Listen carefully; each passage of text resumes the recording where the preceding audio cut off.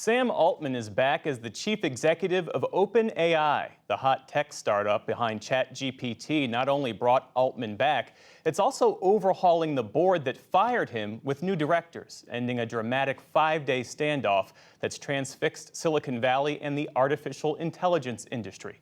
Mike Isaac is back with us. He covers tech for the New York Times.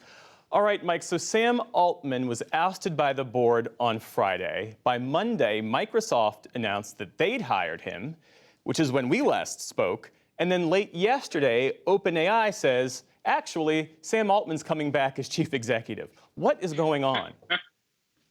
Oh my gosh, I don't know how much I slept since the last time I talked to you, but it has been a whirlwind series of events over the past 5 days.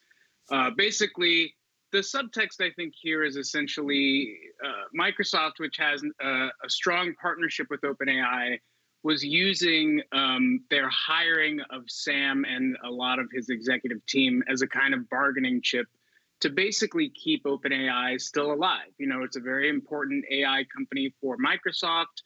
A lot of investors have a lot of money tied up in it, and they would have rather used an independent OpenAI with a partnership in Microsoft rather than build the whole thing inside of Microsoft from scratch. So essentially, it was a bargaining sort of negotiation between OpenAI's small board of directors versus Sam Altman and his sort of allies, as well as Microsoft. And it seems like Sam Altman at least won for today. We'll see what the board looks like in the future as they begin to expand it more beyond this, what's called a preliminary board that they just appointed. So what can you tell us about this new board, its current members, and how their vision aligns with Sam Altman's vision? Totally. So one of the big sticking points that this didn't get done over the weekend is exactly that, the composition of the board. The previous board, basically some of the criticisms were it was a little off base. Sam had been slowly whittling it down.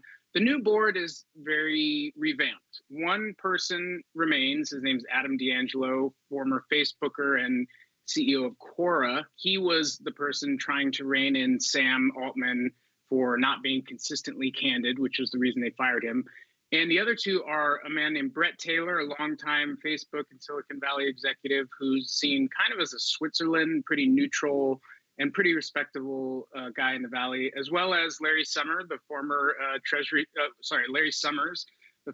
Secretary of the United States, and someone who actually sits on a number of other tech company boards and has a real deep interest in AI and how it will affect the future of work and jobs across the world.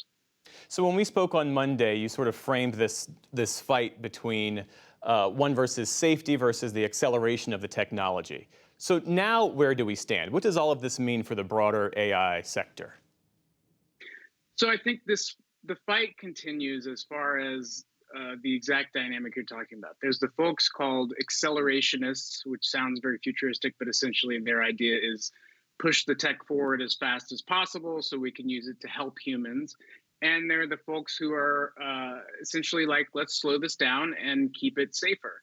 And I think the newly reformed board, which will expand in the days ahead, is probably going to be more balanced and in the favor of checks and balances that weren't necessarily there before around Mr. Altman, who kind of plays fast and loose with safety, according to his critics. I do think that they're going to try to make an even and balanced board because they don't want this to happen ever again if they don't want the company to be killed by a revolt from its employees and its former CEO, now returning CEO. Yeah.